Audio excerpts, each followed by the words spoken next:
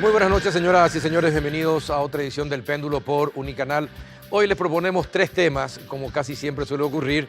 Uno, vamos a hablar de los secuestros más largos en nuestro país. ¿Por qué pasa eso? ¿Por qué en el norte?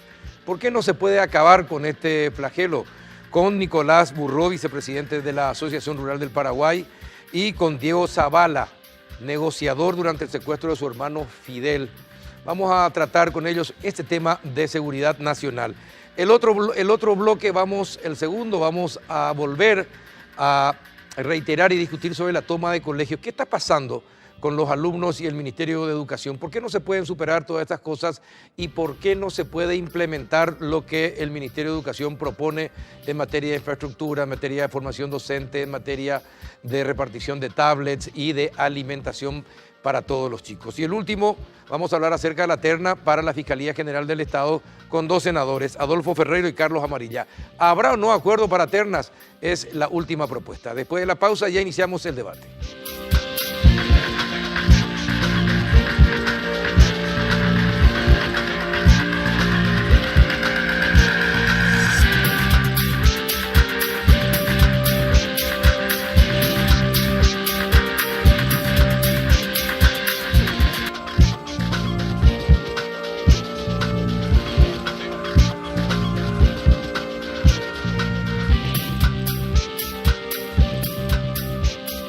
¿Qué tal? Muy buenas noches, don Nicolás Burró. ¿Cómo anda? Bien, ¿qué tal, Carlos? ¿Cómo Bien, estás? gracias por acudir a la invitación. Por favor. Don Diego Zavala, ¿qué tal? ¿Cómo estás? ¿Qué tal, Carlos? ¿Qué tal? ¿Cómo estás? Bien. Bueno, ¿qué es lo que pasa? ¿Ustedes qué explicación tienen a lo que pasa en el norte? Porque, a ver, esto ya viene más de 15 años. Desde los últimos años de la década de los 90, comienza a formarse este grupo, se consolida en los primeros años de este nuevo siglo y bueno, y mantienen zozobra al país desde entonces. ¿Cuál es la explicación? No sé, yo no soy un especialista en esto, ¿verdad? La gente tiende a mirar por la experiencia que pasamos, ¿verdad? Y piensa que somos especialistas. Yo creo que los gobiernos no le están dando la atención, ¿verdad? Y la seriedad que esto se merece. También hay hay problemas en la zona, ¿verdad? En la zona donde está radicado este grupo, y estos problemas tienden a quizá dar el combustible, ¿verdad? Para... La falta de Estado, decir. Yo creo que sí, esa ausencia de Estado es marcada en esa zona, ¿verdad? En la zona donde hoy están, ¿verdad? Sería una zona de un radio de 30 kilómetros a la redonda, y yo no me explico tampoco cómo eso no se termina, ¿verdad? Cómo el gobierno, con todos los recursos que dispone, cómo no pone un fin a esto, cómo no captura a estas personas, ¿verdad? Y mantiene en zozobra a toda una población, ¿verdad? Y también quizá distrae la atención de otros problemas graves de seguridad, ¿verdad? Que para mí son más graves la delincuencia común, ¿verdad? O el narcotráfico, o los delitos que puede generar el narcotráfico. Yo creo que eso sí es más acuciante para la población, ¿verdad? Un robo de un celular no es el problema del celular en sí, ¿verdad? El problema es que viene y te clavan por un celular. Yo creo que eso sí amerita mucha atención, pero con todo este revuelo que causa el problema del norte con 5 secuestrados, le pone en una situación muy difícil al gobierno, y yo diría que recurran a los especialistas, que recurran a aquellos que en su momento tuvieron el problema y lo solucionaron con éxito. Ahora, y para la ARP, ¿cómo se vive? ¿Cómo viven los ganaderos en la zona de influencia del EPP? ¿Deben sí o sí pagar la cuota revolucionaria? Porque si no, hay problemas. Mira, ¿cómo se vive? Te voy a cambiar un poquito la pregunta. Sí. ¿Cómo se vive en la zona? No cómo viven los ganaderos exclusivamente. ¿Cómo viven los agricultores? ¿Cómo viven los ganaderos? ¿Cómo viven todo? Evidentemente es una zona donde han cumplido o están cumpliendo lo que quieren. El miedo en la población. Eso se manifiesta, y en los últimos tiempos se manifiesta más sobre, por ejemplo, las colonias menonitas, que son últimamente una presa fácil para los objetivos de esta gente, ¿verdad? Sabemos que los menonitas predican la no violencia, sabemos que los menonitas no usan armas, sabemos que solamente se dedican al trabajo y y tienen una cohesión muy importante que es su fe religiosa. Entonces, últimamente son presa fácil. Sabemos que son muy cerrados en sus comunidades, ¿verdad? Entonces, pero el problema en sí, Carlos, es un problema de seguridad no convencional. Entonces, lo que podamos, coincido un poco con Diego, lo que podamos opinar de afuera, no le vamos a dar la sugerencia que tendríamos que darles. Yo creo que este es un problema que tiene que ser tratado por especialistas en el tema, con asesoramientos de gente que ha tenido experiencia en el tema en otro lado, y gente que viene y dice de repente, bueno, señores, paren la pelota, dense cuenta de lo que está pasando. Esto ya tiene tantos años y está acá, Sí. pero puede estar varios pasos más adelante si las cosas no se hacen. Y aquí te quiero hacer una pequeña precisión. La gente habla mucho de la fuerza de tarea conjunta, Sí. ¿verdad? Y se plantean de si la fuerza de tarea si la presencia de las fuerzas de tarea conjunta en la zona es necesaria o no es necesaria.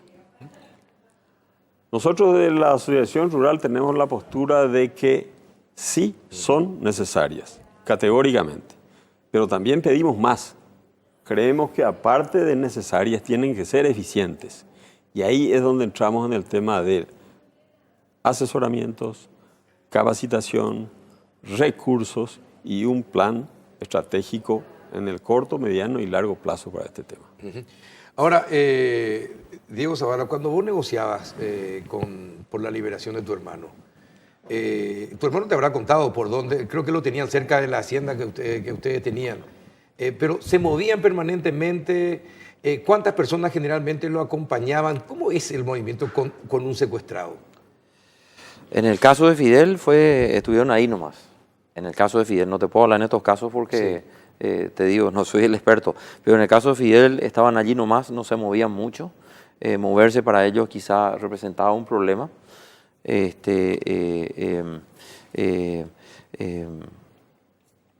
También hay que tener en cuenta que la logística, ¿verdad?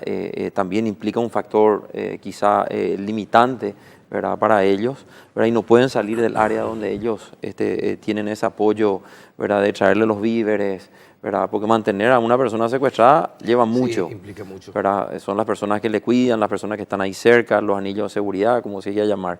Y después tenés, ¿verdad? La cadena de personas que te tienen que traer eso. Y si hablas por 5 secuestrados, estamos hablando de mucho, ¿verdad? Pero a mí hay algo que más hoy me está preocupando con relación a estos secuestrados. No sé si me permitís compartir con la audiencia. Adelante. A mí me está preocupando que la gente está tratando esto como un tema de segundo plano, ¿verdad? Yo no quiero decir que para mí los problemas de seguridad son más graves en lo que hace a robos celulares, robos motos, cosas por el estilo. O narcotráfico, porque hay más violencia allí. Está una violencia contenida, así podemos llamarlo, ¿verdad? O con el potencial que puede también destruir la democracia, ¿verdad? O cambiar, ¿verdad? El Estado. Ahora, lo que a mí me preocupa es que la gente se está olvidando de los secuestrados. Inicialmente en el caso de Fidel, no sé si porque fue uno de los primeros secuestros, los de Cecilia, esos son mucho más impactantes, ¿verdad? No sé por qué, ¿verdad? El caso de Fidel, ¿verdad?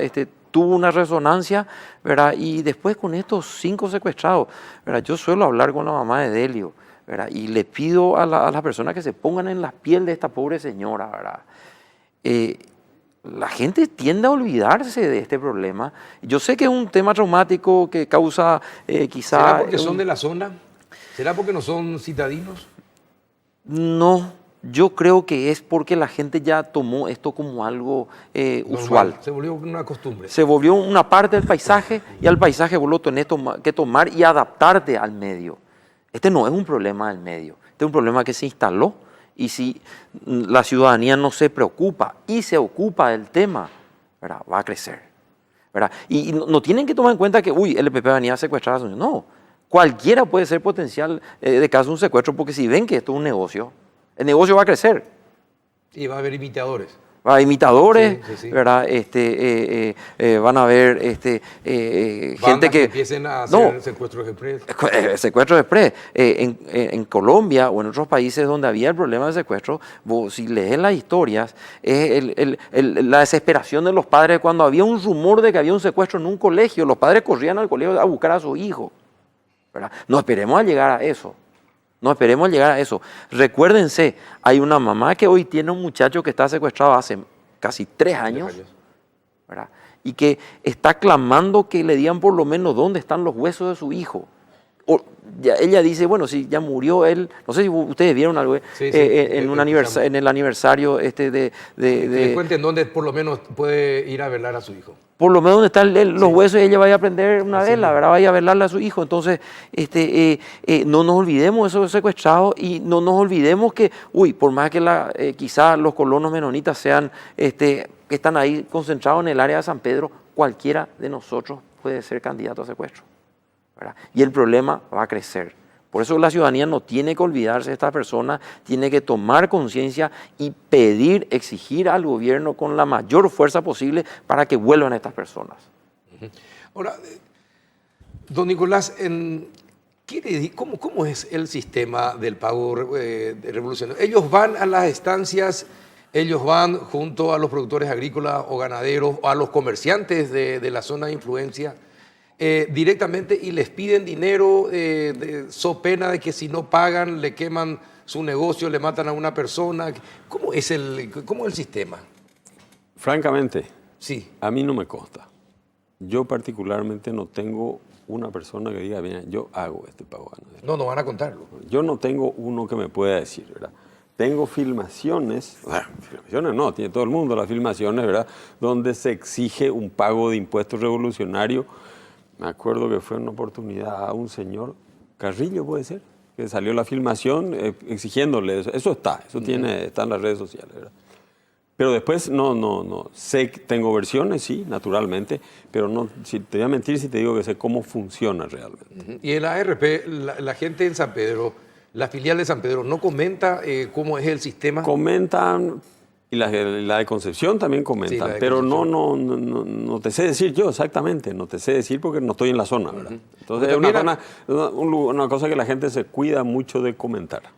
Claro, porque está su vida en juego, su vida está en juego en esa zona. Es decir, yo también vi videos de ganaderos obligados a hacerle un asado, por ejemplo, matar un animal y hacerle el asado y tener que soportar la presencia de la gente del EPP en su estancia y compartiendo el asado con todos los peones, por ejemplo. Mira, este tema no te sé puntualizar, pero te voy a dar un tema que me preocupa más que este tema. No es que este no me preocupe, sino que me preocupa más.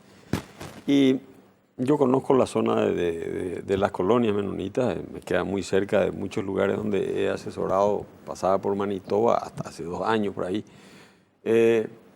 Y vos ves en lo cotidiano de los menonitas, ves criaturas. En esa colonia particularmente, el que alcanza el pedal del tractor maneja. Entonces, veo una criatura que tendrá, qué sé yo, 11 años llevando un tractor, a lo mejor no haciendo labores agrícolas, pero trasladando un tractor de un lugar a otro. Quiero ponerme nomás en el papel de la madre, específicamente ni siquiera del padre, de la madre de esa criatura, ¿verdad? En este momento, que está saliendo para irse a la chacra. Y dice, mi hijo salió de aquí y... No sabe si le va a volver a ver, claro.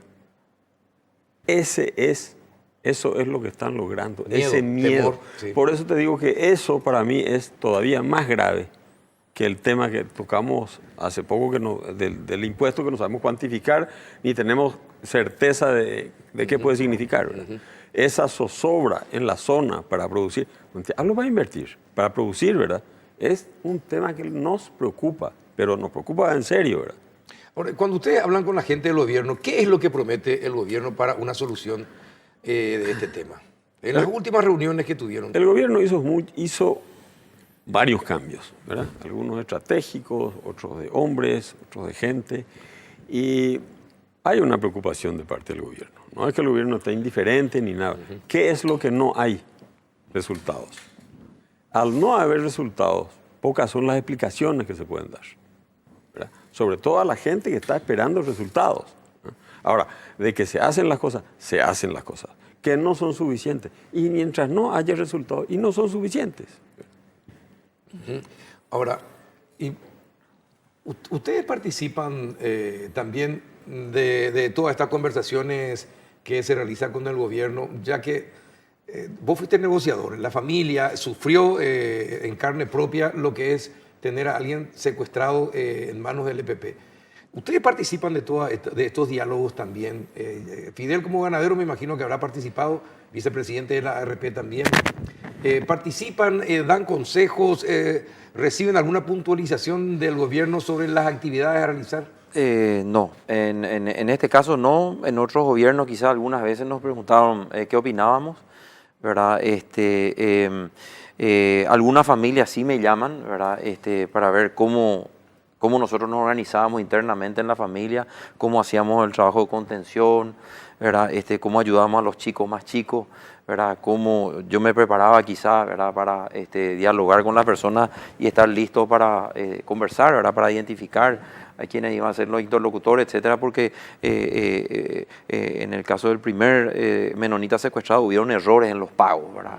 Entonces después se organizaron, algunos me llamaron y traté de darle el mejor consejo, orientación posible, ¿verdad? Pero regularmente yo no me reúno con ellos. No se reúnen. No. Ahora, hablaba con el general colombiano que estuvo hasta estos días, sí. Mora Rangel. Sí, exactamente, Mora Rangel. Y él ponía énfasis particularmente, y la semana pasada estábamos charlando acá en el programa, en el tema de la inteligencia y del tema de los recursos tecnológicos.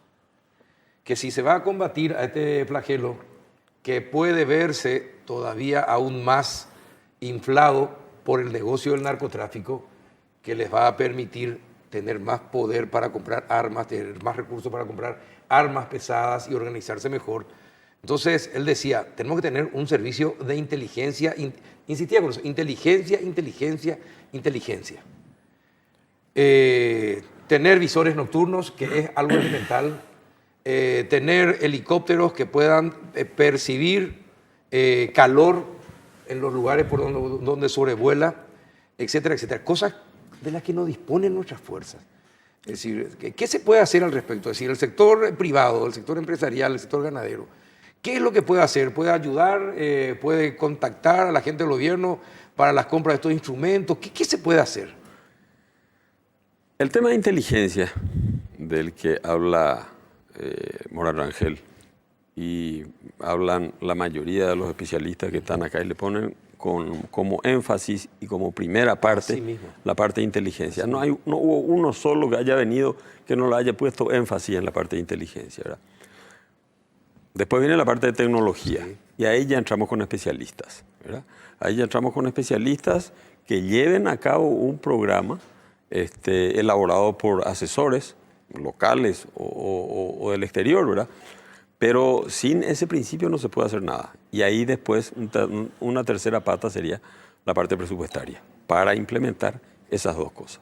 Eso dicen todos los especialistas, ¿verdad? Sería como el ABC en la lucha. Por lo menos es lo que dicen ellos, gente que ha tenido experiencia en otros lados. Ahora, ¿ustedes tienen conocimiento, un relacionamiento guerrilla-narcotráfico? No, yo no puedo decir. Uno puede sospechar, ¿verdad? Pasó en otros países, en el caso de Colombia pasó, ¿verdad? Cuando el gobierno comenzó a tumbar los carteles, ¿verdad? Todos los trabajos de investigación o todas las pruebas mostraban de que la guerrilla ocupó ese negocio y de hecho en las mesas de trabajo, de negociación, ese fue un punto importantísimo, ¿verdad? Cuando negociaron con la guerrilla, ¿verdad? Es de que cesen todos esos trabajos y, ¿verdad? Traigan a la mesa todos los recursos que ellos tenían, porque fueron recursos obtenidos legítimamente, ¿verdad? Una persona que estaba muy ligado al tema seguridad en años anteriores me dijo lo siguiente, que las fuerzas de seguridad están profundamente inficionadas por el narcotráfico y el EPP, que normalmente el EPP se mueve alrededor de marihuanales, y tiene sus campamentos alrededor de los marihuanales. Y me decía, tenemos información de que los marihuanales son custodiados por la policía. Y esa sería una de las razones por las que es imposible dar con ellos o producirle una baja importante. Porque si eso se produce, se estaría justamente perjudicando al negocio que es el narcotráfico. ¿Ustedes escucharon algo similar? ¿Tienen alguna idea al respecto? Yo no. Es más, te diría una cosa. No creo que el gobierno quiera seguir pagando el costo político que está pagando por no tener éxitos en este tema, ¿verdad? Así que no creo yo que por ahí, por ese lado, haya algo conocido, no creo, porque el costo político para el gobierno es alto en este caso, ¿verdad? Y me cuesta creer, ¿verdad? No quiere decir que no pase, ¿verdad? Pero... Diego. Hay voces en la zona, ¿verdad? O teorías, si querés llamarle, de personas que están sospechando de que todos estos golpes son justamente para despejar de productores en la zona y liberar la zona al narcotráfico. Y narcotráfico, eso insistió mucho Mora Rangel en su charla. Yo me fui a la Cámara de Comercio, ¿verdad? En su charla insistió mucho el problema que causa el narcotráfico es de que corrompe las instituciones. Paga jueces, paga fiscales, paga policías, ¿verdad? Los militares ahora se metieron a esta lucha y quizás antes estaban en sus cuarteles y no estaban muy contaminados, ¿verdad? Pero nuestras fuerzas, o todo el sistema de seguridad, porque el sistema de seguridad para darle seguridad al ciudadano pasa desde el Poder Judicial, Fiscalía, Policía, todo eso, o sea, lo leemos todos los días nosotros en la prensa, ¿verdad? Lo leemos en la prensa y tenemos graves problemas con eso, ¿verdad? Y nos puede permitir suponer, yo no soy un especialista en inteligencia, pero nos puede permitir suponer de que si existe realmente una intención de liberar esas zonas para narcotráfico, estarían corrompiendo también todo el sistema, ¿verdad? De seguridad, ¿verdad? De manera a lograr su objetivo. Claro, agrego algo al punto. Hace un mes estuvo en este mismo lugar el ministro de la Senat. Y él decía, es imposible que no haya contaminación de los organismos de seguridad, teniendo en cuenta que la droga se planta en esa zona y termina saliendo por Ñembucú, por ejemplo, o por Ciudad del Este. Recorre 800 kilómetros sin control y sin que sean decomisados. Hubo un camión custodiado por policía que cayó porque otros policías no sabían o le detuvieron porque tuvieron la información. ¿Verdad? Ese fue un caso que desnudó el problema que tenemos. Ese fue el que cayó. ¿Cuántos otros estarán circulando que no caen, verdad? Sí. Dicen que lo que se decomisa es apenas el 10% de todo lo que circula por el país. Evidentemente la droga corrompe todos los estamentos. Ahí no hay nadie que se salve. El ejemplo es Colombia. Sí. ¿Cuánto pagaron los colombianos por encontrar este supuesto pacto que vamos a ver si les resulta, ¿verdad? ¿Y a qué costo? Eso no cabe la menor duda, ¿verdad? Nada más que yo no creo que apañe eso el gobierno en el caso específico de la lucha contra el EPP. Si es que se sabe. Si es que se sabe. Claro. Estoy hablando del caso específico de esa conexión con el EPP, ¿verdad? Ahora, entonces, el trabajo se ve afectado, la seguridad se ve afectada, la tranquilidad de la familia se ve afectada en San Pedro y Concepción. ¿Qué nos queda entonces? El futuro se ve afectado hoy. Nosotros no sabemos cuál va a ser la reacción de la gente que vive allí. Yo no vivo ahí, yo no trabajo en esa zona, ¿verdad? Yo soy testigo de lo que me cuentan y de lo que cuando me voy veo y recorro. Y yo no quisiera estar... ¿Podría llegar al extremo de organizarse y combatirle ellos al EPP? ¿A qué te referís? Y, por ejemplo, que empiecen los ganaderos de la zona, No, eso o los agricultores o los comerciantes. Mora Rangel insistió mucho en eso, ¿verdad? Por suerte nosotros no tenemos ese problema. Ante la inacción del Estado para acabar con el PP, ¿se podría dar dar esa situación? Porque va a terminar, va a terminar el problema más grande. Va a terminar el problema siendo más grande, puesto que si uno entra en una espiral de violencia, va a terminar en una violencia mucho mayor, ¿verdad? Y las personas, entre comillas, que vos estabas contratando, después se te van a volver en contra. Mismo. El único que tiene y que debería tener todo el poder, ¿verdad? El uso de la, porque es violencia al final, el uso legítimo de la violencia es el Estado. Y alrededor del Estado hay una cierta organización jurídica, ¿verdad? Que permite contener ese uso de violencia y llevarla por los cauces establecidos, ¿verdad? Para el ejercicio de la violencia en forma legítima. Nosotros tenemos que insistir en eso, insistir mucho. Yo primero diría, hoy hablamos, ¿verdad? Parecería que tiramos toda la responsabilidad sobre el presidente. Yo no soy del signo político del presidente, pero no podemos dejar que recaiga solamente sobre el Ejecutivo. Acá también tiene que tomar conciencia de la participación y del grado de responsabilidad del Poder Legislativo. Yo no vi todavía ninguno de los legisladores que esté hablando de seguridad, por lo menos que a mí me convenza. O de los candidatos de los distintos movimientos, ni uno menciona seguridad. ¿Qué normas están proponiendo para reducir los índices de seguridad en Central, ¿verdad? O en Pedro Juan Caballero, por ejemplo, después de todos esos atentados del narcotráfico? Ninguno se manifiesta, ¿verdad? También el Poder Judicial. Cuando hablamos nosotros, ¿verdad?, de otros países que combatieron con éxito, el combate comenzaba con los propios jueces y fiscales especializados, ¿verdad? Y le daban prioridad a este tema. O se cubrían el rostro para proteger su identidad, ¿verdad?, por temor a los atentados de la mafia, como fue en Italia, los jueces sí, sin rostro y los fiscales manipulites, ¿verdad?, que tenían todo un esquema de protección, ¿verdad? O en Perú, por ejemplo, cuando tuvieron el problema de Sendero Luminoso, que los jueces eran jueces especiales y sin rostro, ¿verdad? Pero el Poder Judicial tiene que proponer medidas que le den tranquilidad a los jueces o a los fiscales de la zona. Yo he conversado con jueces y fiscales de la zona porque yo me dedico a la profesión y honestamente ellos te dicen a puertas cerradas que ellos tienen miedo de tomar estos casos, porque su familia vive allí, sí, ¿verdad? Porque bajo nuestra ley los jueces y fiscales tienen que ser de la zona, bajo el sistema legal que hoy tenemos, ¿verdad? Entonces, los jueces también tienen temor, ¿verdad? Y la Corte Suprema no está prestando atención a este problema.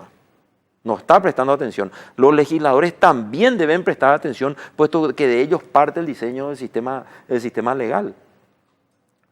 Deberíamos rediseñar quizá nuestro sistema legal que permita, ¿verdad?, bajar los índices de corrupción dentro de la fiscalía, dentro de la policía o dentro de los jueces, que permita, claro, ¿verdad? ¿Cuántas veces te dicen los propios policías que ellos capturan, ¿verdad?, un delincuente y a los 2 días está en la calle? Así mismo. Ese mismo vecino que se fue y le denunció por un celular, ese mismo vecino después viene y es hostigado por la misma persona. Ni tomemos, porque no estamos considerando quizá el segundo indicador de violencia en Paraguay, que es la violencia doméstica. Los abusadores o quienes acosan a sus víctimas son liberados por los jueces y están matándonos, ya acosando, están matando a sus víctimas 24 horas después. ¿Cómo el Estado no reaccionó todavía ante eso? Es para la reflexión. Finalmente, don Nicolás, ¿alguna reflexión? Sí. Quiero coincidir con Diego en la parte de que, y tomemos ejemplo de Colombia, después de mucho andar mal, ¿verdad?, el principio de su recuperación fue, de todos los estamentos del Estado, tomar medidas especiales para situaciones especiales, ¿verdad? No se puede, para algo no convencional, actuar de manera convencional. Y quiero hacer una aclaración cuando hablo de esto. No estoy hablando en ningún caso de paramilitares, ¿eh? Eso nosotros como Asociación Rural descartamos totalmente, y digo lo que dijo Diego, el uso de la fuerza es para las gentes, para los organismos estatales. Perfecto. Señores, muchísimas gracias. Muy interesante la charla. Les agradezco. Bueno, y ojalá que las autoridades que están viendo el programa, no me refiero solamente a la del Ejecutivo, también al Legislativo y al Poder Judicial, tomen en cuenta las reflexiones que ustedes han manifestado. Gracias, don Nicolás. Gracias. Muchas gracias, Gracias, don Carlos. Diego. Gracias por el tiempo, por el espacio. No, gracias a ustedes. A la vuelta de la pausa, ¿qué está pasando en los colegios? Ya retornamos.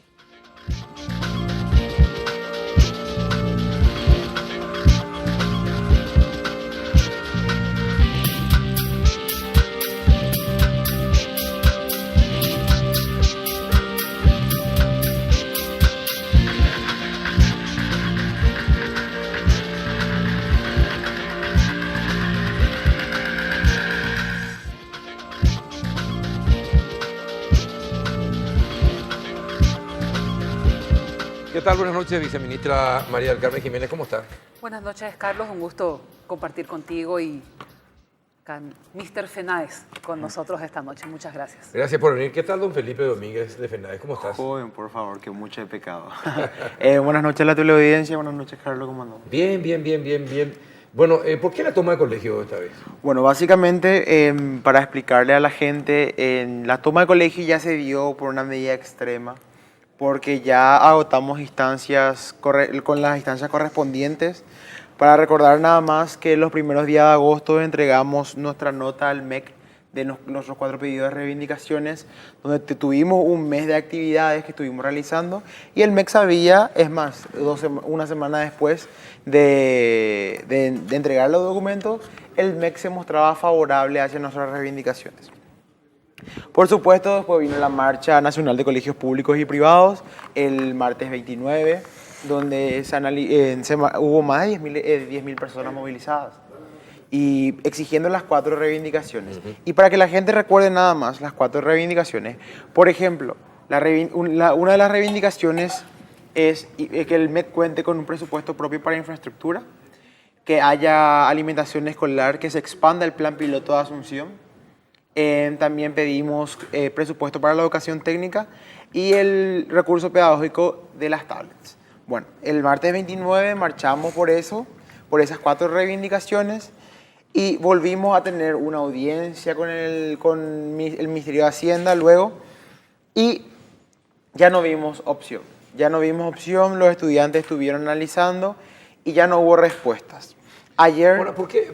Te pregunto algo. ¿Por qué dicen ustedes que ya se terminó la instancia de diálogo y no hay respuestas si permanentemente la viceministra o el ministro están convocando a reuniones? Bueno, ¿qué es lo que se agotó? Yo me puedo reunir con todo el mundo todos los días, las 24 horas, pero a la hora de colocar en el presupuesto no se visualiza. Es más, el Ministerio de Educación ayer estuvo presentando a algunos colegios unos números con unas fotocopias que se presentaban, que fue su proyecto de presupuesto que enviaron a Hacienda, donde Hacienda le hicieron los ajustes y los recortes que siempre realiza Hacienda, como sabemos. Y eran números muy distintos, como vemos. Por ejemplo, en infraestructura ellos tienen ahora, con presupuesto propio, 9.000 millones, que tienen hasta febrero para ejecutar la mitad. ¿Por qué? Porque en este año no hicieron la ejecución total, entonces por eso se multiplica. Porque hoy la ministra de Hacienda, en una reunión que tuvimos, por ejemplo, ya sostuvo de que ese presupuesto que figura en el PGN, que el anteproyecto que se envió, es el mismo, que es de 4.000 millones, que solamente para eso cuenta el Ministerio de Educación, por ejemplo. Y hasta hoy en día 4.000 millones son $1 millón. Menos de $1 millón. Menos de $1 millón. Cuando el Banco Mundial en un informe tira que se necesita $500 millones como mínimo para que los colegios estén en buenas condiciones. Y ellos me dicen FONACYDE. Bueno, está el fondo adicional del FONACYDE. Yo quiero aclarar antes que nada que nosotros no estamos en contra de la ley del FONACYDE, pero creemos que eso es un plus y que toda política de Estado tiene que tener un presupuesto propio. Entonces, sumando esos son $50 millones. Aún no alcanza. Faltan 450 millones. ¿De dónde sacamos eso? Por ejemplo, hoy la ministra de Hacienda, básicamente, en una reunión que tuvimos, sostuvo de que no hubo incremento en varios puntos y que se comprometió a buscar soluciones e incrementar para enviar la adenda, por ejemplo. Y esas cuestiones no vemos con el Ministerio de Educación. O sea, nosotros hablamos, yo vi el anteproyecto también en julio ya, y es el mismo.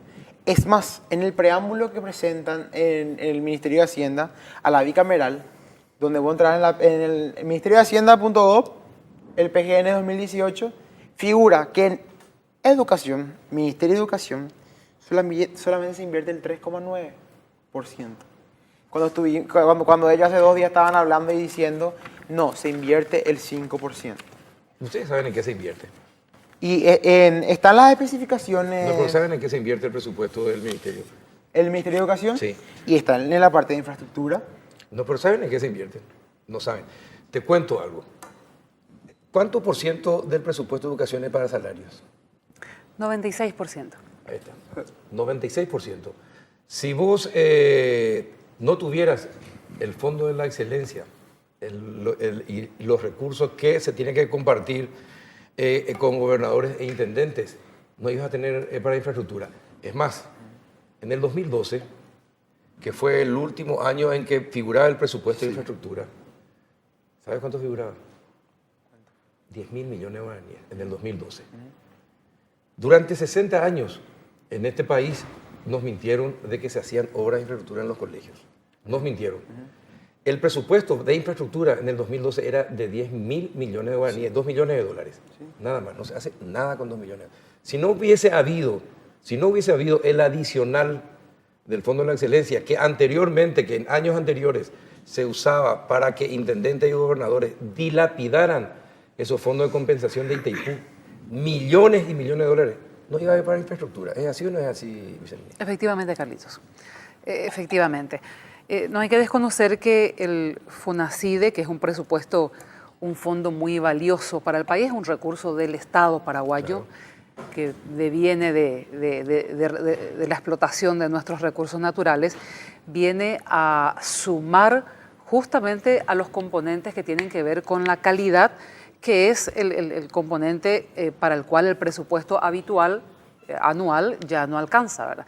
Dado que los gastos rígidos ocupan la mayor parte de las partidas presupuestarias del MEB. Queda un pequeño margen para las transferencias de gratuidad, la compra de textos anualmente y el tema de alimentación escolar. Nosotros no tenemos mucho margen de maniobrabilidad en el presupuesto anual, ¿verdad? Ahí el FONACIDE se suma de manera muy valiosa, y si nosotros sumamos la inversión nacional, porque hay que entender que la inversión en términos del PIB, cuando hablamos, no hablamos solo del presupuesto del Ministerio de Educación, sino hablamos de todos los recursos que el país invierte, por ejemplo, en las universidades, desde Itaipú, y eso a hoy tenemos un 4.9 del PIB, y el horizonte es alcanzar un 5.1 el año que viene. Pero más allá de los índices, realmente... Ahora, el tema, lo grave de toda esta situación, y comparto en ese sentido la preocupación de los chicos, es que es para salarios.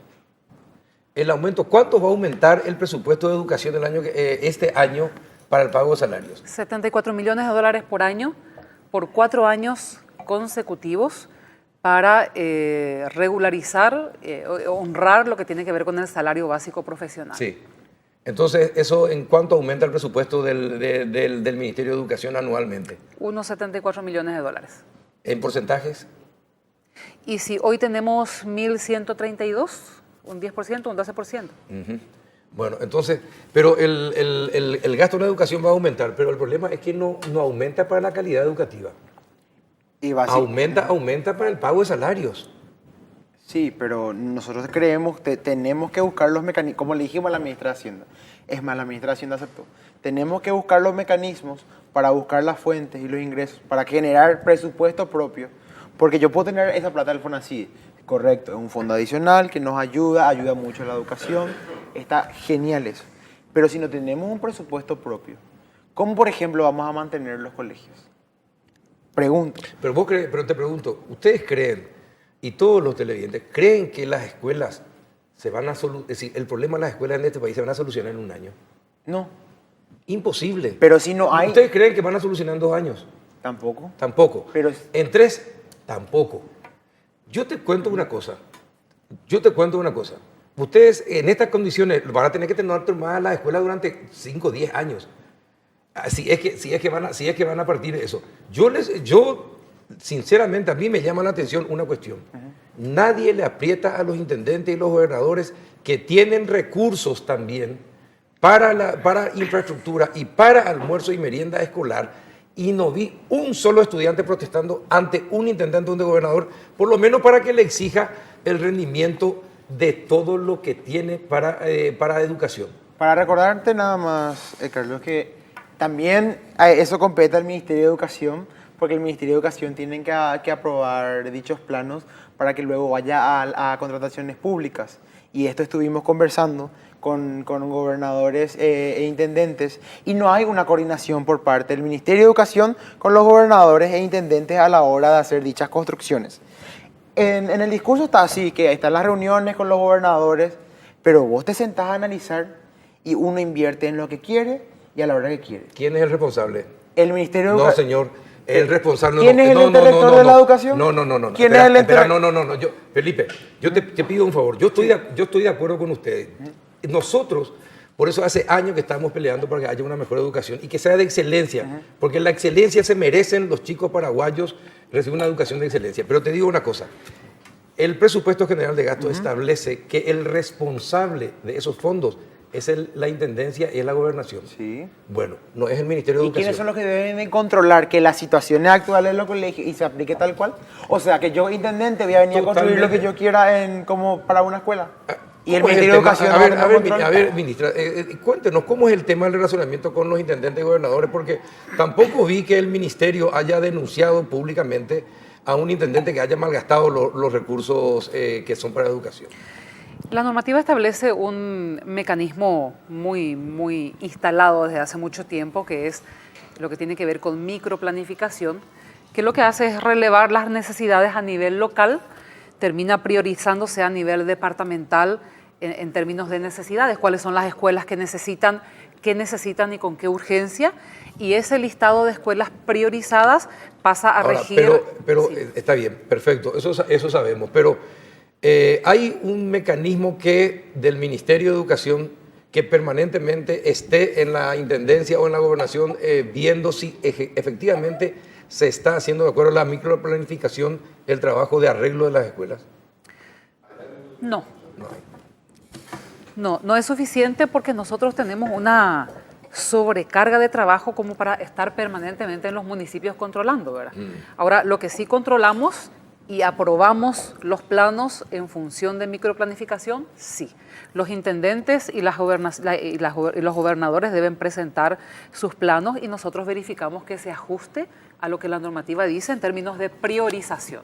Ahora estamos relevando, estamos esperando, tenemos todo este mes de septiembre para relevar toda la inversión hecha por los intendentes y gobernadores, de manera que podamos cuantificar también la inversión que hicieron y el criterio con el cual invirtieron a nivel local. Ahora, mira, en ese punto Porque le doy la razón a Felipe. Ni siquiera tenemos la certeza de que los proyectos aprobados se ejecutan efectivamente. Entonces, este año ya tenemos en línea el mecanismo de relevamiento para ver en qué medida se cumplen los proyectos aprobados para las instituciones educativas. Yo le insisto, siempre le digo al ministro Riera, en cuanto a oportunidad me cae, métanle preso a algún intendente o algún gobernador que no use correctamente los fondos que le fueron asignados para eso. Ustedes tienen la potestad, ustedes tienen la fuerza y deberían hacerlo y van a satisfacer a estos chicos que se merecen también ese tipo de ejemplos de parte del ministerio. En ese punto tenés un punto, Felipe, en ese sentido. El ministerio debe controlar el buen uso del dinero de esos fondos por parte de intendentes y gobernadores. Sí, y las instituciones encargadas de controlar también, ¿verdad? Ellos rinden cuenta a la Contraloría y muchas veces... Algunos. Ni en la Contraloría, sí, no, pero la Contraloría es la encargada de verificar y ustedes la correcta no pueden ejecución. tener, por ejemplo, no pueden... Esto es una idea que ustedes pueden usar también. Ustedes no pueden contratar un equipo de fiscalizadores permanentes que estén en una oficina de cada gobernación e intendencia que tenga esos fondos. Deberíamos poder, pero no tenemos los fondos, Carlito. No tenemos los fondos para contratar y el FONACIDE hasta hoy no permite contratar esas fiscalizaciones. Es una de las debilidades que tienen los fondos de FONACIDE, ¿verdad? Están los fondos, pero no se puede pagar fiscalizadores. Es una de las cuestiones que tenemos que modificar de la ley del FONACIDE. Pero me imagino que puede haber organismos internacionales que pueden ayudar a eso, por ejemplo. O el Banco Mundial, el BID, no sé, la Unión Europea, la OCDE. Me imagino que si es para fiscalización y para que se haga, yo me imagino que se van a encontrar los... Sí, en realidad estos organismos no financian ese nivel operativo de cuestiones, pero estamos en camino. Tenemos ya nuestra Carta Orgánica en vigencia que establece la creación de unas direcciones departamentales, entonces la intención es desconcentrar efectivamente las competencias de infraestructura de manera que tengamos no solo el tema de fiscalización, sino también el tema de la aprobación de los planos y el relevamiento de las necesidades en cada cabecera departamental. Eso felizmente avanzamos este año también. Esperemos que para enero, con el presupuesto ya aprobado, podamos concretar ese paso. Con el uso del dinero, el dinero público debe ser bien usado y hay que darle palos y palos al que mal usa el dinero público, viceministra. Efectivamente, nosotros podemos colaborar en la fiscalización, pero no tenemos competencia para dar los palos, ¿verdad? Para eso están claro, por los supuesto. organismos de control, ¿verdad? Con que ejerzan un estricto control sería suficiente, ¿verdad? Así mismo. Es lo que pedimos también que se realice dicho control, pero que también exista el presupuesto propio. Ahora, pero yo también les pregunto, a ver, yo creo que todos tenemos que comprometernos para la educación, ¿verdad? Es decir, directores, claro, docentes, alumnos y padres pueden fiscalizar, pueden ser los fiscalizadores. A lo mejor es ad honorem, ¿verdad? Pero tienen un portal de datos que puedan proporcionar a la gente para que justamente se haga buen uso de esos recursos. Por eso te digo, yo creo que ustedes pueden organizarse en ese sentido a nivel país. Los docentes pueden hacerlo, no solamente estar exigiendo por el mejoramiento de su salario, sino también exigiendo a intendentes, gobernadores y al MEC que cumplan, que hagan buen uso del dinero público. ¿Qué te parece la idea? Tenés razón y vamos a estar conversando con los estudiantes. Nosotros tomamos nota y vamos a estar conversando con nuestros estudiantes. De hecho, eso hemos hablado hace varios meses en las mesas técnicas con estudiantes, ¿verdad?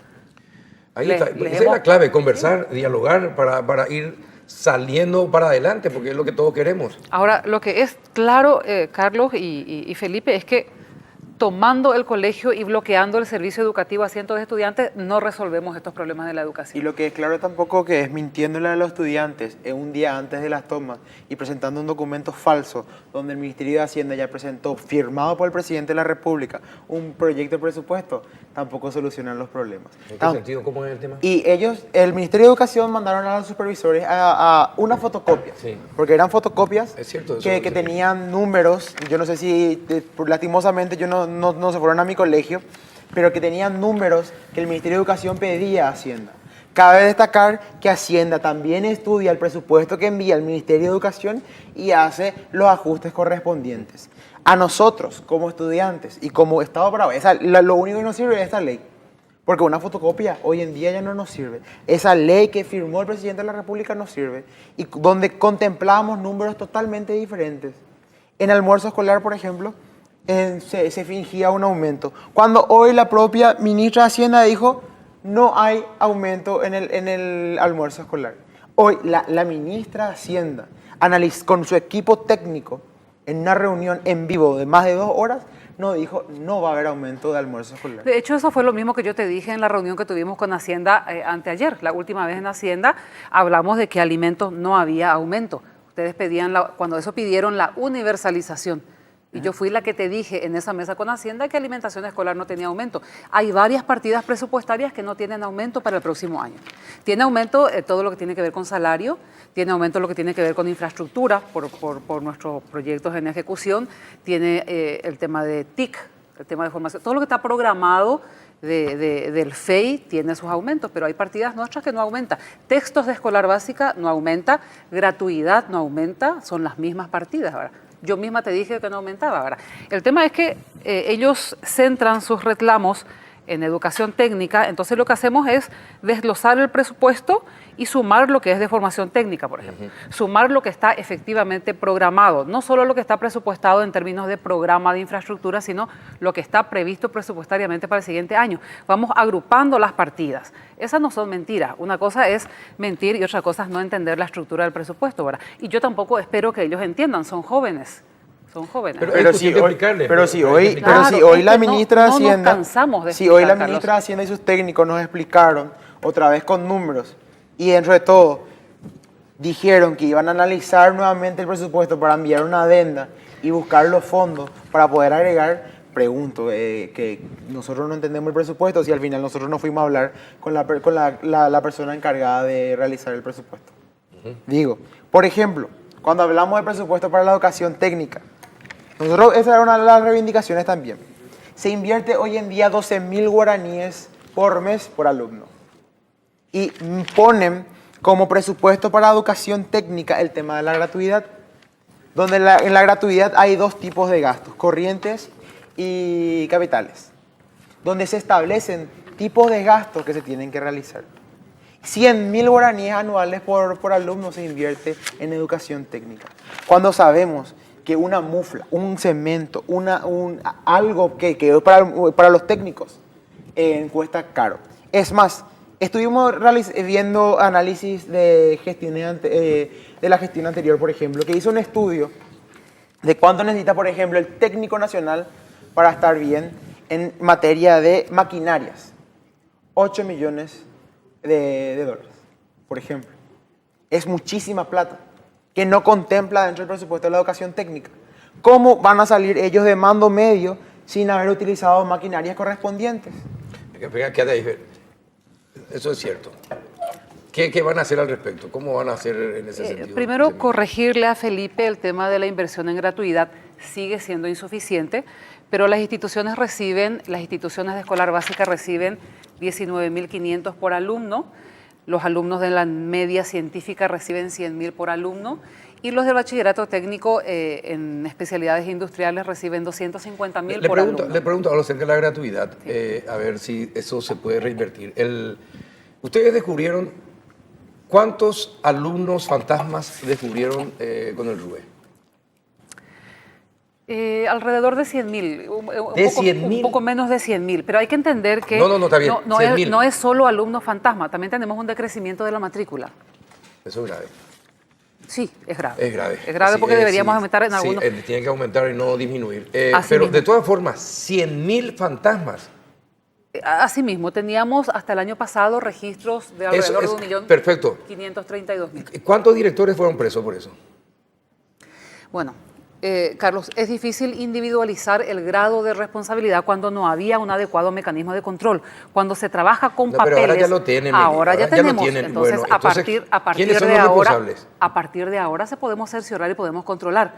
Pero antes, cuando venía en papel y se procesaba en 2 años, con 2 años de atraso, era imposible identificar dónde estaba el problema. Perfecto. Ahora, a partir de ahora sí. A partir de ahora tenemos la información en línea y ese es el gran valor que tiene RUE, ¿verdad? Ese recurso que representaba que se gasta en 100 millones, en 100.000 fantasmas. Eso se puede usar para justamente... Está previsto, Carlitos, aumentar el monto dentro del mismo presupuesto global que tenemos de 49.000 millones al año para gastos de gratuidad. Está previsto aumentar la transferencia para los 95 colegios que tienen bachilleratos técnicos industriales, que son los que tienen insumos más costosos. No así los bachilleratos técnicos en servicio como contabilidad o informática, donde el insumo es de otro tipo y también está previsto los laboratorios. Pero los industriales son los que tienen insumos más costosos. ¿Por qué eso no contempla en el presupuesto? Porque hoy comenzamos con la ministra de Hacienda nuevamente.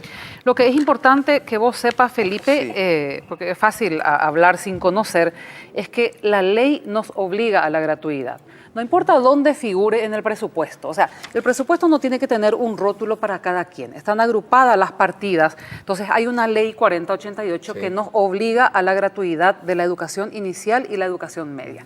Entonces, estamos obligados por ley desde el 2010 a esa transferencia. Así sea el monto de silla, así sea el monto de compra de ventiladores, pero ese recurso tiene que llegar a las instituciones porque está por ley. Es una partida de 49.000 millones el año pasado, este año está prevista la misma partida.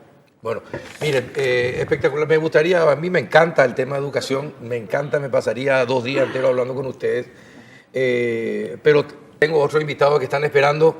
Y yo les insto simplemente a algo. Sigan dialogando, no tomen posiciones extremas, que el ministerio haga lo suyo, pero mire, viceministra, tomen al toro por las astas. Ya no se puede seguir demorando la calidad en educación. ¿verdad? Entonces, estos chicos son nuestro futuro, se merecen una educación de excelencia y una educación digna. Así es. Entonces, ya no hay tiempo que perder. Tenemos que ir para adelante, no nos queda otra, pero sigan dialogando, Felipe, sigan dialogando. Básicamente eso hicimos hoy con la ministra de Hacienda, que es la que ella tiene que presupuestar y realizar. Y la ministra de Hacienda dijo que se iba a comunicar con el Ministerio de Educación para elaborar una propuesta. Como ya dijimos, nosotros cuando la ministra de Hacienda nos presente la propuesta, vamos a evaluar con los estudiantes. Perfecto. Y vamos a seguir analizando. Pero mientras va a seguir la medida de acción y solicitamos al Ministerio de Educación, por favor, que por medio de sus secretarios dejen de hacerle escuchar audio a las directoras en tono de amenaza. Yo básicamente eso es lo que pido y muchísimas gracias. No, gracias Felipe, muchas gracias por venir. Muchas gracias, viceministra. Carlito, también sé que ya estuvo en casi todos los programas hoy, así que le agradezco que a esta hora siga con nosotros. A la vuelta de la pausa, ¿qué pasa con la terna para fiscal general del Estado? Ya volvemos.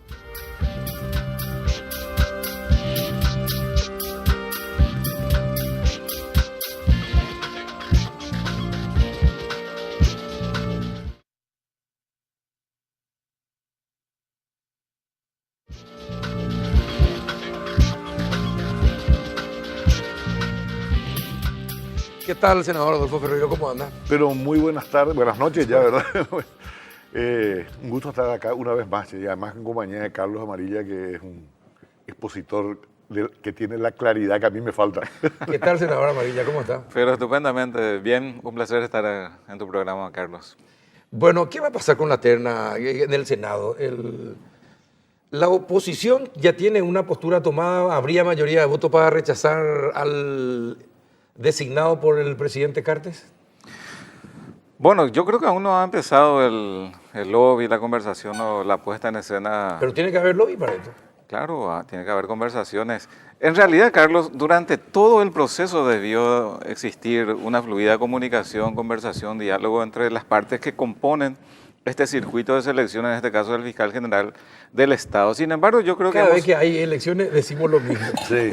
Pero cometemos el error de que cada componente, digamos, de esta única cadena ha actuado de manera separada, sin conexión con los siguientes eslabones y consecuentemente estamos pero usted en tenía consecuencia ahí en el Consejo de la Magistratura. Sí, pero hasta esa representación institucional muchas veces no funciona orgánicamente, ¿verdad? Porque nosotros no hemos tenido ningún tipo de conversación para instruir, digamos, al quien representa a la Cámara de Senadores sobre cuál es el perfil que nos gustaría en cuanto al tema de Fiscalía General del Estado, etcétera. Es decir, que hay fallas en todos los niveles. Y llegamos ya a la última fase donde hay que buscar votos para quien eventualmente elija al presidente de la República y bueno, ese último mecanismo todavía no se ha detonado. ¿Usted qué dice, senador? Todo esto es una gigantesca comedia, ¿verdad? Y el problema está en esta línea de la Constitución, que es donde dice el artículo 269. El fiscal general del Estado tiene inamovilidad, dura 5 años en sus funciones y puede ser reelecto. Y aquí viene el problema. Es nombrado por el Poder Ejecutivo, como en casi todos los países del mundo, con acuerdo del Senado, como en casi todos los países del mundo, y acá viene la paraguayada, ¿verdad? A propuesta interna del Consejo de la Magistratura. Ahí se pudrió todo. Ahí se pudrió todo, porque el sistema te lleva a callejones, es contrario a la naturaleza de la función. El Poder Ejecutivo tiene que nombrar al fiscal general del Estado que se le antoje. Que se le antoje. Con el criterio... Entendiéndose que por el que se le antoje sí, al mejor de todos. O al que crea. Al que crea que es el mejor de todos. Porque ¿qué es el fiscal general del Estado? En algunos países en Estados Unidos el fiscal general del Estado es el ministro de Justicia nomás. Sí. Bueno, es el órgano que ejecuta la política criminal del gobierno. Entonces, del gobierno electo por el pueblo, la autoridad máxima con la mayor representación de autoridad. Entonces, viene un presidente, un candidato a presidente de la República y dijo, no, yo como política central voy a perseguir el narcotráfico. Él tiene que poder nombrar un fiscal general del Estado que persiga el narcotráfico. ¿Y qué pasa si el Senado le...? No, ahora, el Senado le puede cuestionar, y cuando se ha consolidado una tradición de cuestionamiento, le cuestiona por ciertas cosas que son cuestionables. Por ejemplo, suponete que él nombra a un señor un profesor universitario y que en su cátedra, durante toda su vida, sostuvo la teoría de que a los sospechosos de ser narcotraficantes no tienen derecho a la defensa. O sea, el gobernador le va a cuestionar por una cuestión ideológica, de fondo. ¿Verdad? Lo mismo que cuando nombra un embajador que tiene que ser aprobado por el Senado, se le va a cuestionar, el Senado le tiene que cuestionar, por ejemplo, si nombra embajador en la Argentina a un señor que dijo, no, nosotros luego no tendríamos que ser independientes, tenemos que ser una provincia argentina. O sea, ese tipo de cuestionamientos. ¿Verdad? Entonces, para hacerla completa, el presidente tiene que tener la potestad de nombrar entre todas las personas que están disponibles, que reúnan los cargos, aquel que se ajuste a una política criminal que él ofreció en su programa de gobierno. ¿Verdad? Por eso, John Kennedy le nombra a su hermano Robert, porque en su política necesitaba un fiscal general del Estado que estuviera en consonancia con su política. Que era perseguir a la mafia. Claro. Entonces, y el Senado obtuvo de control. Ahora nosotros tenemos un consejo de la magistratura que está integrado por 8 abogados que no representan a nadie. Desde el punto de vista de la estructura democrática, no representan a nadie. Y ellos te dicen, tenés que elegir entre estos 3. ¿Quiénes son para decirle al presidente de la República, a la institución, Poder Ejecutivo y al Congreso, y vos tenés que aprobar entre estos 3? En todo lado del mundo, ¿cómo funciona? El presidente de la República va a nombrar un fiscal general del Estado, negocia con el Senado el criterio. Perfecto, pero... Entonces, mientras eso no se arregle... Pero dada la estructura constitucional... Eso es lo que debería ser. Lo que debe ser, bueno. Entonces, ahora, lo que es en Paraguay, ¿cómo se soluciona? No se soluciona. Porque el presidente, que necesariamente tiene una influencia muy Yo fuerte... creo que sí se puede solucionar. Espera, déjame ser pesimista a mí y después voy a poner la parte optimista. La cosa es así. El presidente tiene que incidir en la conformación del jurado de enjuiciamiento decisivamente para que más o menos manipular, que le pongan en la terna a quien él quiere. Ese es el problema de fondo. ¿Y por qué pensamos acá que el que va a designar, el que el presidente quiere, tiene que ser precisamente alguien que le proteja a él, a sus amigos? ¿Y por qué? ¿Y por qué no pensar como, decir, no es lo mismo que si lo eligiera directamente que se atenga a una política porque ahora de lucha contra el crimen? bien, porque ahora el presidente tiene que influir para que haya, tiene que manipular el jurado de enjuiciamiento, el Consejo de la Magistratura para que le elija a quien él quiere. ¿Qué es lo que pasa con los ministros de Corte también? De la otra forma, el presidente podría hacer eso que vos decís, sí, pero sería sujeto al juicio político, por ejemplo. Sería sujeto al cuestionamiento real de la sociedad. Y no te callejón sin salida, que ahora, ¿qué es lo que le queda al Senado? ¿La aprueba o no la aprueba? Y si no la aprueba, ¿qué pasa? Tiene que empezar todo de nuevo. Tiene que empezar todo de nuevo. Y mientras este sistema siga, ¿y por qué se crea este sistema en nuestros países? Porque nosotros partimos de la desconfianza de las instituciones. Así mismo. Pero creamos instituciones para controlar a las instituciones de las cuales desconfiamos, que a su vez otra vez vuelven a ser desconfiables. Sí. Entonces nuestro proceso de destrucción institucional es enorme. Es mayor. Es abarcante. Ahora lo positivo. Bueno, yo lo que creo es que, habida cuenta que tenemos un orden constitucional y eso va a ser revisado en su oportunidad, pero mientras tengamos esta constitución, Hay que atenerse a eso. el elemento conductor es el diálogo franco, abierto, conducente. ¿En qué sentido? El presidente tiene que incidir en la conformación de la terna que va a recepcionar, porque él es el que tiene que elegir entre los ternados. ¿Y cómo se incide, Carlos, y audiencia? Y a través del diálogo. El presidente tiene que poder decir, miren, señores del Consejo de la Magistratura, yo deseo elegir un fiscal general del Estado con este perfil. Por favor, tengan en cuenta este criterio. Entonces el Consejo de la Magistratura obraría en consecuencia. Y también ya habría que conversar con la otra pata que cierra el circuito constitucional de la selección, que es el Senado, y también se tendría que escuchar nuestro parecer. Nosotros bien podríamos decir, miren, nosotros queremos a alguien que sea de la carrera de la institución de la Fiscalía, que tenga cierto perfil, etc. ¿Qué pasa con el acuerdo político de que tiene que ser colorado? Así como y a mí me el parece, contralor tiene que no ser colorado. Y me parece correcto. Bueno, correcto, pero permite que la hipocresía que tenemos... bueno, entonces hay que se hace un desfile combatir la hipocresía institucional que lleva a una degradación silenciosa, pero peor. Bien, claro, y se hace un simulacro. Hay una cosa que yo no entiendo. Ustedes critican el Consejo de la Magistratura. Es lo que tenemos. Sí. Usted habla de la falta de diálogo, Sí. ¿verdad? Que no existe una falta de diálogo. ¿Por qué no instruyen a su representante en el Consejo de la Magistratura para que eleve lo que la Cámara de Porque Senadores no es la función considera? nuestra instruirle. Ese también es ¿Y un para error. qué el representante Y entonces te ante explico. ustedes? Te explico el problema. Nosotros usamos las palabras todas atravesadas. Es decir, representantes somos nosotros del pueblo. El pueblo, sí. Y nosotros, en representación del pueblo, elegimos órganos integrados desde nuestra función, pero ellos no nos tienen que rendir ninguna cuenta. Lo que pasa con el jurado de enjuiciamiento de magistrados.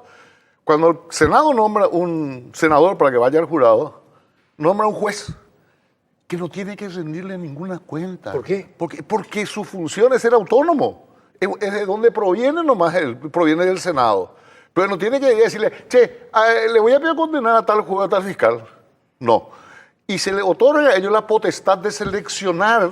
No, pero yo no estoy... Pero para nosotros no tiene que hacer pero, eso. no, pero yo lo que no estoy... No, Estamos lo en el que diálogo. pasa es que Pero el yo diálogo, prefiero pues, no más tiene- al diálogo, Claro. ya que el diálogo es Y el hay el problema, diálogo. ya que el diálogo No, es hay el problema. diálogo ahora. Y al final... Y es un diálogo sórdido. Porque maniobran todo para ponerle al compinche que quieren poner en el jurado, en el Consejo de la Magistratura. A tal punto que los miembros del Consejo de la Magistratura surgen de la interna del Partido Colorado. Porque cuando vos ves las elecciones de representantes de abogados, por ejemplo, sobre todo donde se ve más eso, es una interna entre el sector de fulanito, Entre el sector de oficialismo y fulanito. la disidencia. Claro, ¿por qué? En todo, pero en Claro. todos los periodos. Entonces hay que entender que el sistema está tan mal diseñado que de la única manera que funciona en la realidad es en la coacción de cooptarlo y someterlo a los intereses del poder real. Pero sí se no es. necesita salir de pero este yo- impasse. pero- Creo que falta Pero también ¿por qué un funciona grado bien de con inteligencia. ¿por qué no funciona bien con ¿por qué funciona bien con los embajadores? ¿Por qué funciona bien con los directores de bilacionales? ¿Por qué funciona bien con los cargos que se nombran o con los ascensos de los militares o los jefes de policía? Porque esos mecanismos, que también tienen la misma cuestión, la participación, están hechos como se hacen en el mundo civilizado. Y los que no andan son estos engendros que Claro. inventamos acá y que hace 30 años sabemos que están mal y que no sirven para nada. Y seguimos pretendiendo hacer funcionar una carreta Pero con mientras rueda nos cuadrada. cambiemos, mi querido Pero Adolfo, asumo- tenemos que hacer que esto funcione de la mejor manera posible. asumamos- Y el elemento que empeora el cuadro, Sí. digamos, de la mala arquitectura institucional, es que nosotros cada vez nos vamos acostumbrando más y más a desdeñar el diálogo como la herramienta fundamental del Hay quehacer diálogo. político. Es que Y hay esto- diálogo, No, pero es diálogo, dialogan pero entre los probablemente que entre las tienen personas que los no números. correspondan. Acá lo que hay que hacer es un diálogo directo entre el presidente de la República, que yo coincido contigo, él tiene la potestad, o mejor debe dicho, tener la debe tener la potestad o la Es mayor que cuota de tiene potestad. una potestad limitada por un Limitada, órgano sí. que desvirtúa todo el tema. Bueno, pero siendo así, Es ridículo. yo reitero, por lo menos para Perdón. la próxima, porque puede ser que esto falle, Sí. no se concrete, no se preste el acuerdo, no se reúnan los bonos, los votos, mejor dicho, y falle este proceso. Entonces, si fallara, vamos a darnos la chance, dialoguemos entre los poderes del Estado, busquemos fórmulas que sean realmente más edificantes, que sean constructivas y que nos desempantanen, digamos, de este proceso institucional macabro que muchas veces se simula mucho y se construyen realidades aún peores, ¿verdad? Porque esta terna, realmente es una terna sospechada, cuanto menos ¿Por qué? de consistencia, ¿verdad? ¿Por qué están tres personas que pareciera ser, no son las más aptas, las mejores calificadas en diferentes aspectos que dicen haber sido tenidos en cuenta? Y pareciera ser de que finalmente el presidente en algún momento dijo, bueno, yo quiero a estas tres personas. Y no está mal eso, O a una. siempre que hubiese respondido a un criterio objetivo, a un criterio explicitado, a un criterio consensuado, porque hubiera sido muy sensato, Carlos, que el presidente diga, miren señores, Senado, Consejo de la Magistratura, yo deseo que en la terna figuren personas de la casa, de la Fiscalía. ¿Qué es el criterio que siguieron en este caso? Pareciera del ser, Consejo? Sí. ¿verdad? No sabemos. No, Y pero que- ellos y lo que- dijeron. Y que además sean de tales o cuales características. Quiero que sea mujer, porque yo la primera fiscal mujer en mi periodo. presidencial, etcétera.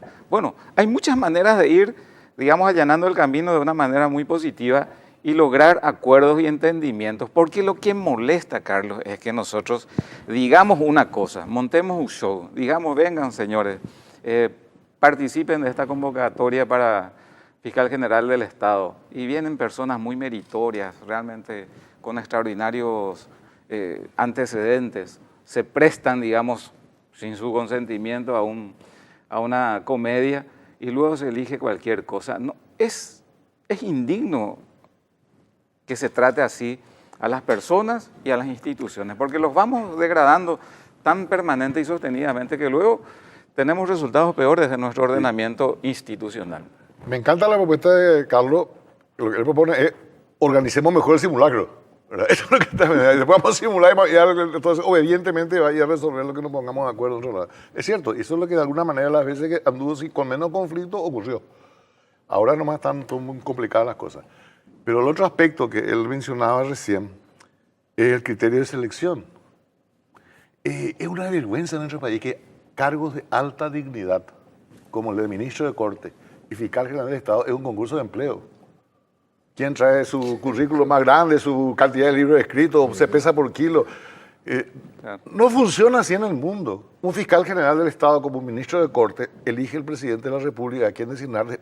Cuando te dice, doctor Peralta, le pido que usted venga a acompañar esta política, y vos le decís al presidente, no sabe que yo no estoy de acuerdo con tu política, vas a tu casa calladito, ¿verdad? Y después tiene el presidente tiene dos candidatos, dos buenas personas, el doctor Amarilla y el doctor Peralta. Él consulta también, consultará con su equipo político, con la opinión de los gremios, pero es una cosa limitada a una cierta privacidad en el tratamiento de las personas. Hoy día, concursar para la Corte Suprema de Justicia y para el Ministerio Público son humillantes. Son humillantes. Esa payasada de la audiencia pública no tiene. ¿Quién pico necesita una audiencia pública? Los que tomamos la decisión, digamos, tanto el presidente como los senadores, para saber quiénes son. Son personas públicas. Esa es la forma de desmontar la responsabilidad. O sea, el presidente no es culpable. El presidente pudo haber hecho las macanas que haya querido hacer, pero formalmente eligió el Consejo de la Magistratura, los 8 sagrados señores, ¿verdad? A los cuales él también les manipuló, ¿verdad? Probablemente, como ocurre siempre. Entonces, lo que hemos hecho es degradar todo. Ahora, pero en este hay que salir de eso. Pero en este tema tenemos que ser sinceros, no es el presidente el único que manipula. No, todo el mundo manipula. Todo el mundo manipula. Porque eso es el sistema está hecho para manipularse. manipular. Porque está mal diseñado en esta Constitución. Así mismo. Llena de barbaridades. Hacia el futuro habrá que hacer ajustes muy importantes. Perfecto, en la ese es un materia. tema a tomar en cuenta. Claro, pero en tenemos que saber, hasta que no se arregle esto, vamos a seguir teniendo va los a ser mismos problemas. el mismo problema y cada vez peor. A tu pregunta, Sí. pues ya te leí la pregunta. ¿Tienen o no tienen votos algunos de los ternados? Y yo creo que hasta ahora no hay votos y me parece que se está cometiendo un error más. Que, por lo que conocemos en los pasillos, ¿verdad? El presidente le dijo a los 3, bueno, vayan y busquen ustedes los votos. El que tenga el voto, que consiga el voto, el número 23 mágico, entonces viene y me informa y bueno, ahí cerramos el trato. Y no tendría que ser así. A mí me parece que lo sensato sería que el presidente... No me digas que los tres... Espera. Los 3 están en carrera. No, espera, esto es muy Están importante. buscando los votos. Pero esto que acabas de decir es muy importante y quiero que lo vuelvas a repetir. Acabas de decir que los 3 candidatos a fiscal general del Estado están yendo por el Senado buscando los votos, es decir, estableciendo compromisos con los parlamentarios para ser electos como fiscal general del Estado. Eso acabas de decir. Sí, así mismo. Pero los ministros de Corte... Pero así es. Sí, así es. Ahora mismo están los Ahora 3. mismo. Yo creo que se puede salvar. Yo sé que va a decir así, pero que se lo diga en la Cámara a la gente es importante de parte de ustedes. Pero tampoco nadie se sorprende por lo que decimos. Nadie se va a sorprender, pero que la gente sepa por parte yo de los yo estoy todo ruborizado, no te das cuenta. Pero, ¿Y saben por qué es inconveniente desde mi punto de vista, Carlos? Porque expone, una vez más, a un proceso que no es edificante. En todo caso, es humillante para quien pretende, digamos, acceder a ese cargo y tiene que ir a buscar y el está mismo... estableciendo compromisos. Hacer, No, a ver, digamos, uno va a dudar toda la vida del proceso del trabajo. Cuando que la persona que va a tomar la decisión de seleccionar conforme a nuestra Constitución, es el presidente de la República. El presidente de la República es el que tiene que decir, señores congresistas, ¿qué opinan ustedes? Mi prioridad entre los ternados es la persona A. ¿Ustedes están de acuerdo? ¿Hay algún cuestionamiento? ¿Me pueden prestar el acuerdo? Pero no decirle a los tres, vayan y busquen los votos. Pero para que la persona... Eso dijeron los fiscales. No, escúchame. Los candidatos. Sí, yo sé que es así. No es así, sabemos que es así. Entonces, ¿qué ocurre? Está bien que se diga. No, pero para que el presidente le pueda decir al Senado, entre estos tres, este es mi preferido, primero tuvo que haber manipulado al Consejo de la Magistratura para que esté su preferido ahí. Y si no tenía los votos en el jurado... ¿Vos crees que es un preferido? Espera, vamos a suponer que haya, ¿verdad? No, pero ¿vos crees que es un preferido o una preferida? No puede ser. Yo no estoy en eso de los y las y compañía. Cuando hablo de preferido, hablo en castellano. No, pero incluye los dos géneros. yo te he preguntado porque justamente hay un varón y hay dos mujeres. Está bien, yo hablo en castellano. En castellano, cuando estamos hablando en estos términos, el masculino incluye la globalidad. Entonces, yo no digo senadores y senadoras. Yo no estoy en eso. Entonces, ¿qué ocurre? Para que el preferido del presidente esté en la lista, primero tuvo que haber manipulado el Consejo de la Magistratura.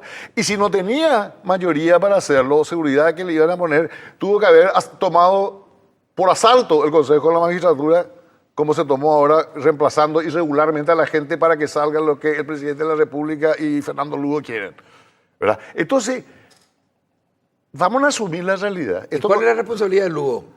No, y ellos pues, le echaron a... Sí, yo sé. Y bueno... Y se prestó para eso. Y ese fue el producto de la alianza de Lugo Carte. Vamos a dejarnos macanear, vamos a hablar en serio. Ellos se pusieron de acuerdo para hacer un consejo de la magistratura a la medida de ellos y un jurado de enjuiciamiento a medida de ellos. Violando la Constitución, atropellando todo, y con un irrespeto, con una inmoralidad con respecto a los colegas incluso. Entonces, pero el sistema hace que todo eso ocurra porque el sistema está pésimamente diseñado. Y hay que ser franco con la ciudadanía. Mientras esto no cambie, va a seguir siendo igual o peor. Porque este sistema, el diseño de nuestro sistema, conduce a un paulatino deterioro año a año, quinquenio a quinquenio, que es cada vez peor.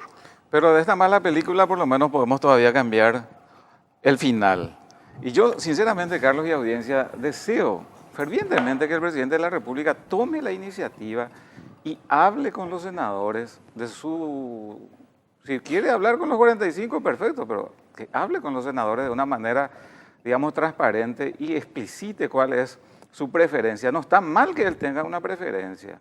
Al contrario, estamos sosteniendo acá la tesis de que él tiene, digamos, una dosis mayor en cuanto a la decisión que se tiene que tomar respecto de la selección del fiscal general del Estado. Entonces, presidente, si usted le llama a los senadores y le hace su planteamiento, creo que vamos a tomar un atajo positivo, porque si no, otra vez puede desvirtuarse la conversación que pueda darse en los pasillos. Y es mejor velar por la salud de la institución, muy golpeada, por cierto, ya que es la Fiscalía, y procuremos darle un corte en positivo. Bueno, perfecto. Gracias, senador. La última. Me quedé impresionadísimo porque, como habló, él no te habló a vos ni a mí, le habló al presidente. Al presidente, sí. ¿Ves tu programa? Sí, claro. Ah, bueno, entonces. ¿Dudás, senador? No estoy haciendo nada. No, es cierto lo que él dice para salir del atajo. Para salir del atasco. El atasco, en realidad, en el que estamos. ¿Verdad? Pero no le van a pasar pito catalán y no irse. Pero fíjate, ¿qué pasa si no le damos el acuerdo? Y tiene que comenzar todo de nuevo. Todo de nuevo, tiene que hacerse una nueva terna. Pero en ese caso han previsto el fusible, ya está en la terna el fiscal actual, entonces claro, va a quedar el fiscal actual, ¿verdad? Pero debemos ser claros acá. ¿Y cuál es un grave problema aquí? Que desde el punto de vista de la formalidad procesal es inobjetable la terna. Perfecto, senador. Muchísimas gracias por tu tiempo. Siempre un placer charlar contigo, también contigo, senadora Amarilla. Gusto. Espero que más a menudo vengan a visitarme acá y para charlar. Cuando vos invites. Y a ustedes también, gracias por compartir este nuevo episodio de El Péndulo de sus casas. Hasta el próximo miércoles.